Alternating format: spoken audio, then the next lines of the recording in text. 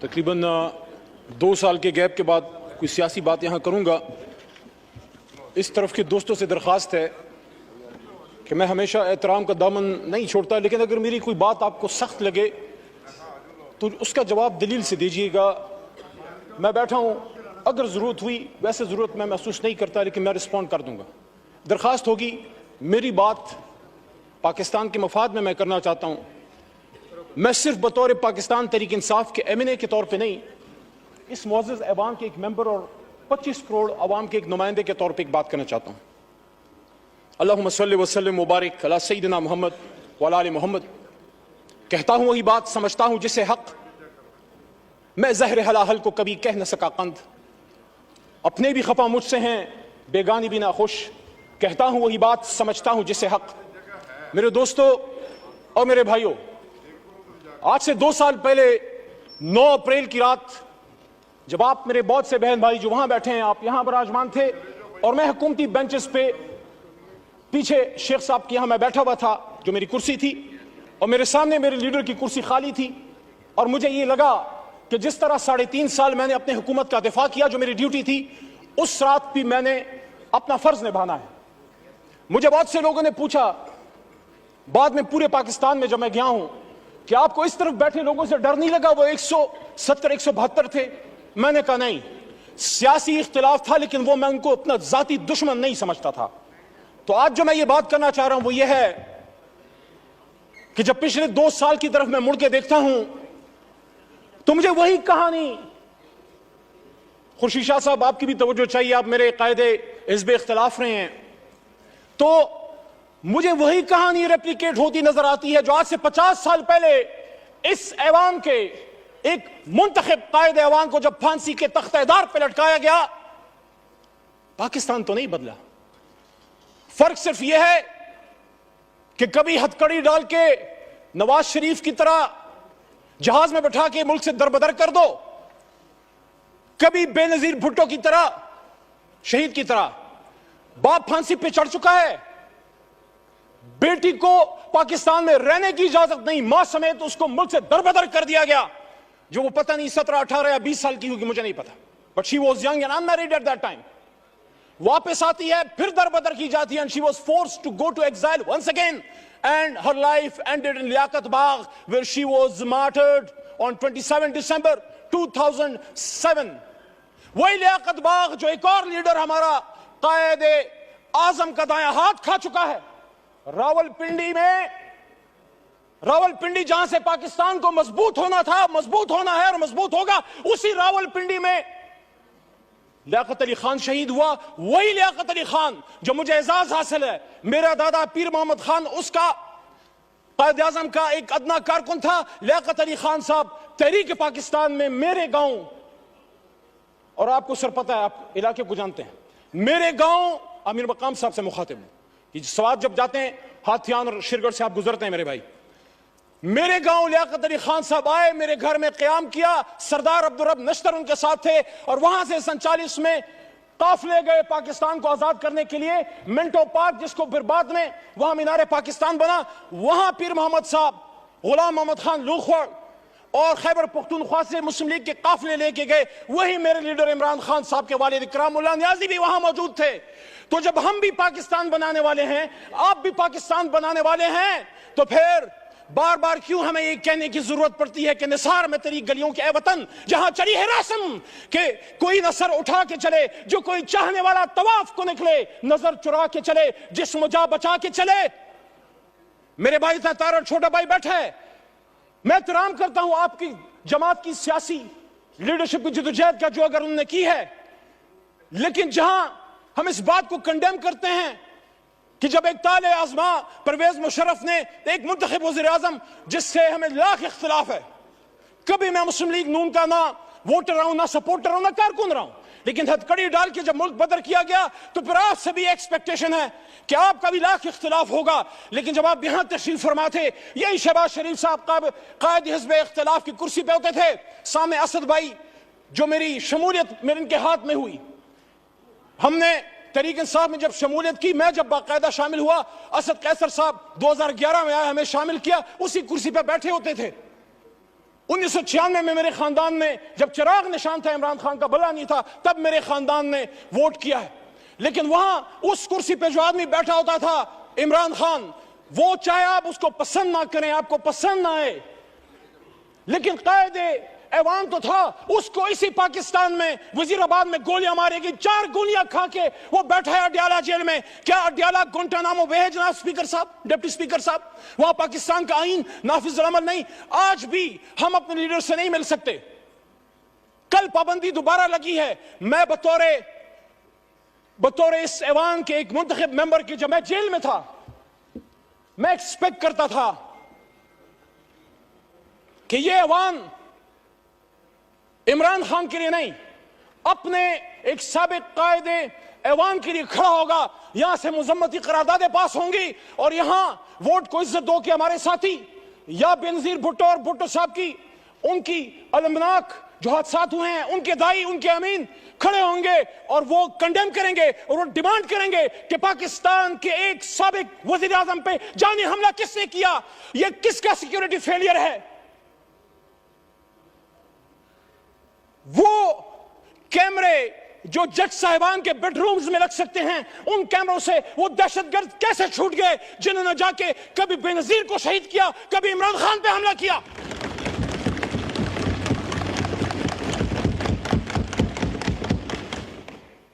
पीछे कायद की तस्वीर लगा के, जनाब डिप्टी स्पीकर साहब, पाकिस्तान के मसले हल नहीं होंगे। इसी कायद की तस्वीर को लगा के पाकिस्तान के लोगों के ऊपर बूटों से उनको रोंदा जाता है। किसी को शक है तो कल जाके आजाद कश्मीर में देख ले, कल आजाद कश्मीर में क्या हुआ है। वो नजारे हम नहीं देखना चाहते। हम मकबूजा कश्मीर को एक जन्नत नजीर कश्मीर दिखाना चाहते हैं। क्या लड़के होगा जो कल शाम हुआ है? कायद आजम ने 1948 में जनाब डिप्टी स्पीकर साहब फरमाया था, और आर्म फोर्सेस को कोटा स्टाफ कॉलेज में जाके बात करते हैं, कायद की बात करें, बताएं इनको, जिनको कायद की फरमान और जिनको कायद पसंद नहीं है, जिनको कायद की लीडरशिप के अहकामात पसंद नहीं है, वो फिर अपने लिए कोई और मुल्क जाके ढूंढ लें।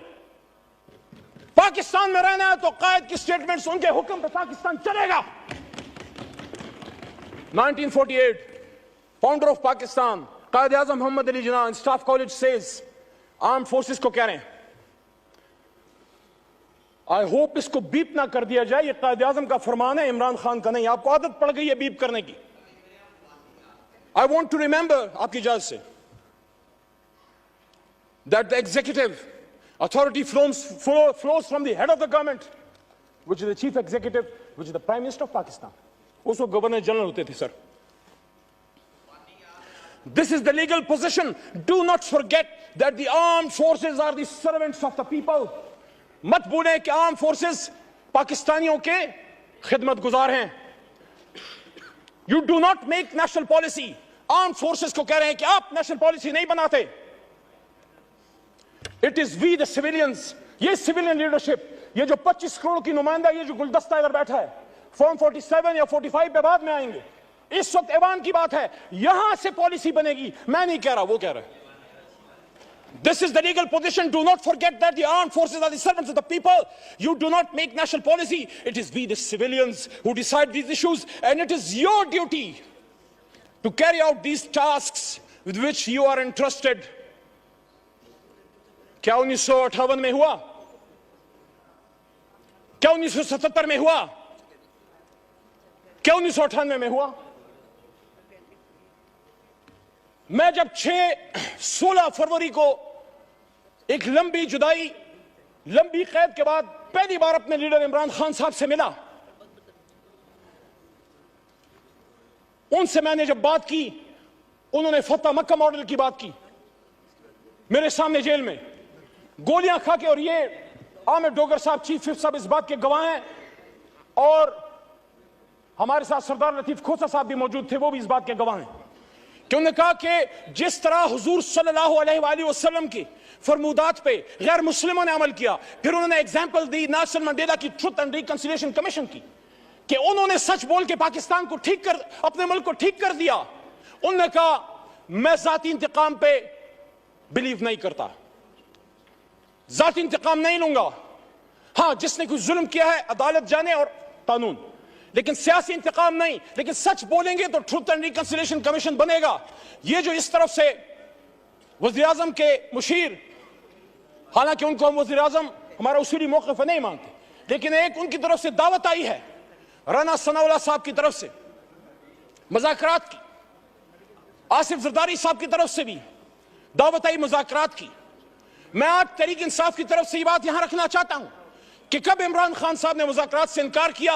5 अगस्त को जब गिरफ्तार हो रहे थे, जब उनको उठाया जा रहा था, तो मेरे जनाब डिप्टी स्पीकर साहब उन्होंने उस दिन भी कहा कि हम सबसे बात करने के लिए तैयार हैं, लेकिन बात की नुकात क्या होंगे? क्या हम सच पे आएंगे? क्या हम सच बोलेंगे? क्या हम सच बोलेंगे? ट्रुथ एंड रिकंसिलिएशन कमीशन के लिए सच्चाई जो है वो पहली शर्त है। आसफा बीवी को मैं वेलकम करता हूं, ऐवान में शहीद बेनजीर भुट्टो साहिबा की साहबजादी हैं। देखिए जनाब डिप्टी स्पीकर साहब, अगर हम समझते हैं कि पाकिस्तान को ठीक होना है तो फिर हम लोगों ने फैसले करने। हमें कोई ब्रोकर, कोई डीलर, कोई शख्स हमें नहीं चाहिए जो हम आपस में बैठाए। जब हम अपनी लड़ाई यहां से बाहर लेके जाएंगे, फिर सुप्रीम कोर्ट भी अमल में आएगी और फिर बिंडी और अपर और बहुत सी जगह और अमल में आएंगी। मेरी आपसे दरखास्त है, स्पीकर की कुर्सी इनिशिएटिव ले। हमारा सबसे पहला नुक्ता जनाब इमरान खान साहब और असीरान की रहाई है। पॉलिटिकल केसेस हैं। वो शख्स जो वजीर आजम था, अचानक उस पे कैसे 150-200 केसेस बन गए? he's a political prisoner, he's a prisoner of conscience, and I'm not defending whatever atrocities have been done to him in the past. अगर हम उस पे जाएंगे तो फिर बात हल नहीं होगी। यहाँ इजाजुल हक साहब भी मौजूद हैं, उनसे एहतराम का रिश्ता है, लेकिन जो हुआ माजी में वो ठीक तो नहीं था। अगर हम यहां अपने कर्मनाक और दर्दनाक माजी पे शर्मिंदा नहीं होंगे, सच नहीं बोलेंगे, मुल्क नहीं जाएगा आगे। जिसने माजी में गलत किया हम तो नहीं थे। हम अपने पुरखों की अच्छी बातों को याद करते हैं, गलत बातों को डिफेंड हम ना करें। मेरा दादा पीर मोहम्मद साहब 1927 का मुस्लिम लीगी था उस जमाने में, आज वाला नहीं। पाकिस्तान बनाने की तहरीक में था, उस तहरीक में जेल भी काटी। लेकिन आज मैं समझता हूं कि सच बोलने का वक्त है। जहां मुझे इस पे फख्र है कि तहरीक पाकिस्तान का कारकुन था, जिना का साथी था, जेल काटी, पाकिस्तान के लिए तकलीफ उठाई, वहां जब वो फेडरल मिनिस्टर फॉर रेवेन्यू बने, मेरे ख्याल में उनको अयूब खान साहब की कैबिनेट में वजीर नहीं बनना चाहिए था। मोहम्मद अली साहब 10 मिनट का फैसला हुआ था, 13 मिनट हो गए। ज़ियाउल हक साहब शुरा में भी वो थे। आज वक्त है कि सब सच बोले। मैं समझता हूं कि मेरे दादा पीर मोहम्मद खान साहब को मरहूम ज़ियाउल हक साहब की शुरा में नहीं होना चाहिए था। एज ए डेमोक्रेट एहतराम का रिश्ता आज भी जाज साहब से है और कल भी रहेगा और इंशाल्लाह मरते दम तक रहेगा। लेकिन सच तो कोई यहां बोले। मैं जिस तरह पशेमानी का इजहार कर रहा हूं कि मेरा दादा वो पाकिस्तान बनाने की तरीक का सिपाही था, रेवोल्यूशनरी था, लेकिन एक गलती उनसे हुई।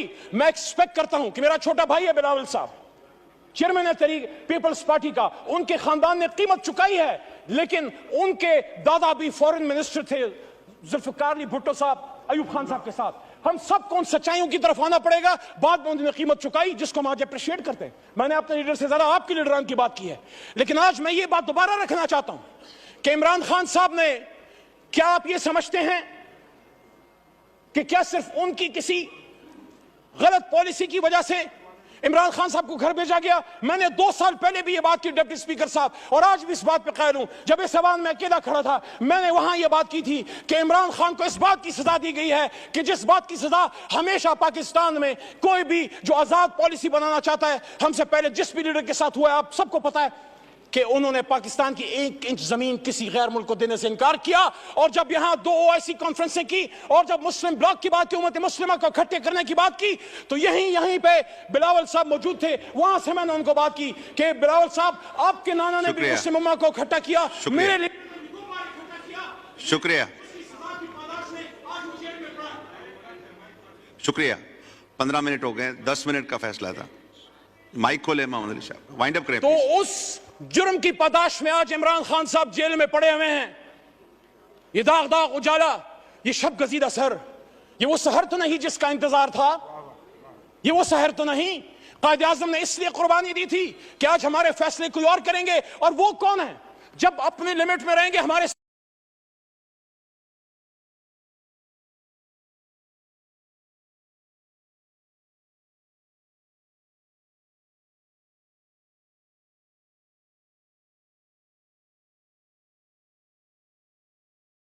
रसूल सल्लल्लाहु अलैहि वसल्लम की दफा किया, पाकिस्तान का दिफा किया, आर्म फोर्सेस का दिफा किया, मसला कश्मीर का दिफा किया, फलस्तीन का दिफा किया। जब जेल में अडयाला में मुमताज कादरी साहब के सेल में, डेथ सेल में पड़ा होता था, मैं सोचता था कि क्या जुर्म करके आए हो। जब अडयाला से जेल में लेके गए, ये मेरे जेब से ये कलम ले लिया गया, ये तस्वीर ले ली गई, उन्हीं जूतों में आज आया हूं जो जूते मेरे जेल में उतार दिए गए, ये वकील का कोट मेरे बदन से उतार दिया गया। क्या मैं मुजरिम था?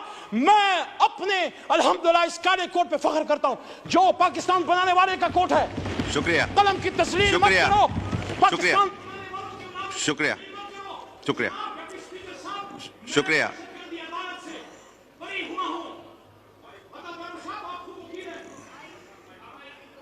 वाइंड अप करें, वाइंड अप करें। मोहम्मद अली साहब जी वाइंड अप करें प्लीज।